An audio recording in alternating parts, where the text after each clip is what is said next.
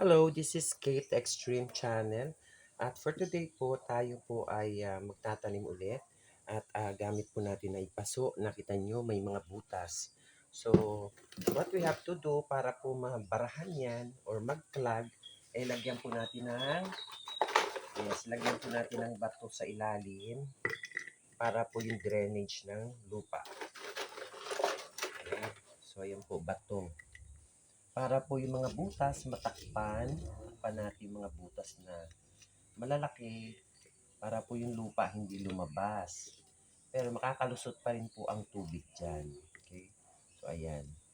Lagyan lang natin ng bahagya ng mga takip ang butas para po hindi naman matapon ang ating lupa dito po sa ating paso. Okay? So, ayan. Lagyan po natin ng bato, maliliit. Ayan. May bato siya. Tapos po, lalagyan natin siya ng lupa sa ilalim. Ayan.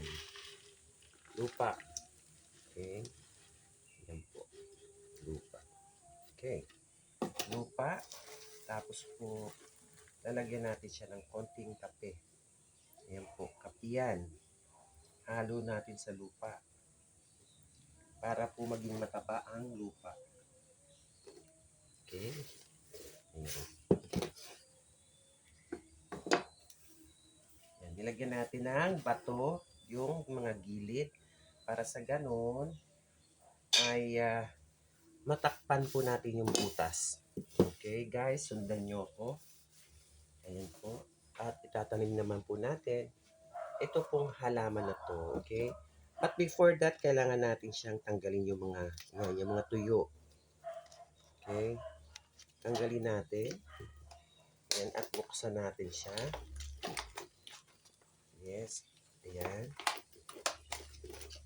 Lipat natin siya sa paso para pag lumaki siya maganda. Ayan.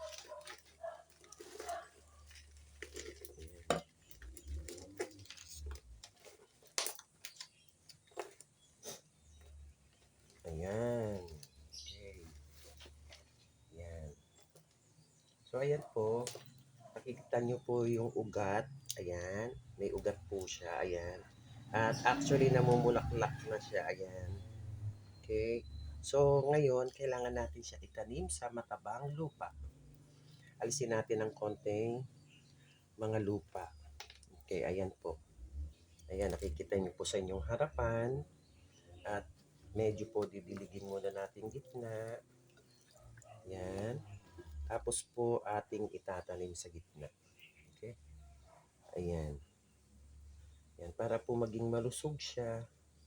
Sa gitna po natin siya itanim para pag dumami siya at nag-grow siya ay nasa gitna.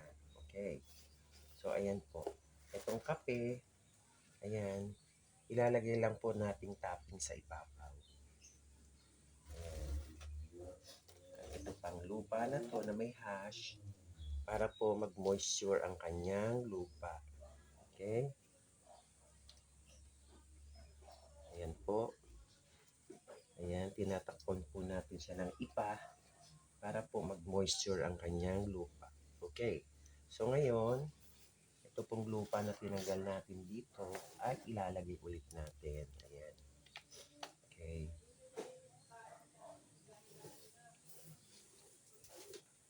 Ayan. Okay.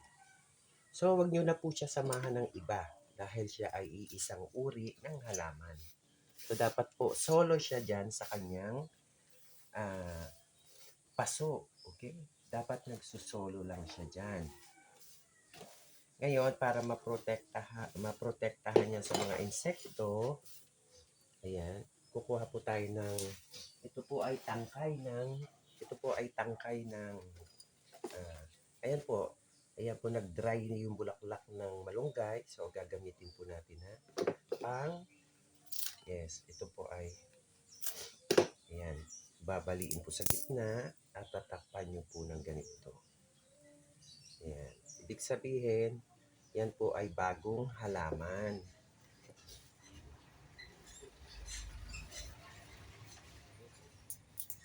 Ayan po. lahat po ng ginagamit dito ni Kate ay mula po sa ating hardin. Ayan. Okay, so takpan po natin. Protekta po yan para po sa halaman. Okay.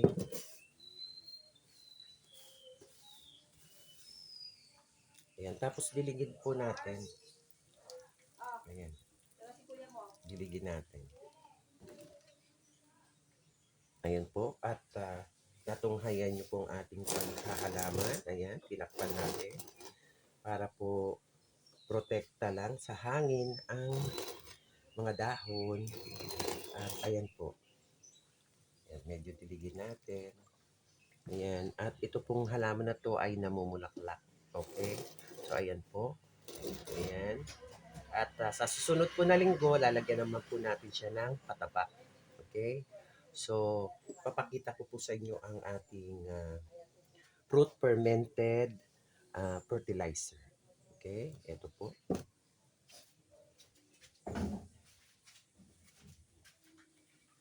Ito po yung fruit fermented fertilizer na ating pong ginawa nung nakaraang linggo. Okay? So, kailangan po natin ito isang buwan iimbak. Okay?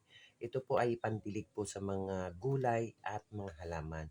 So, isang spoon po nito sa 1 liter of water, kakanawin, tapos po ipandidilig sa mga gulay at mga halaman. Okay? So, meron na po tayong fermented fruit. Okay? So, salamat po sa panunood at ito po ay si Kate Extreme Channel.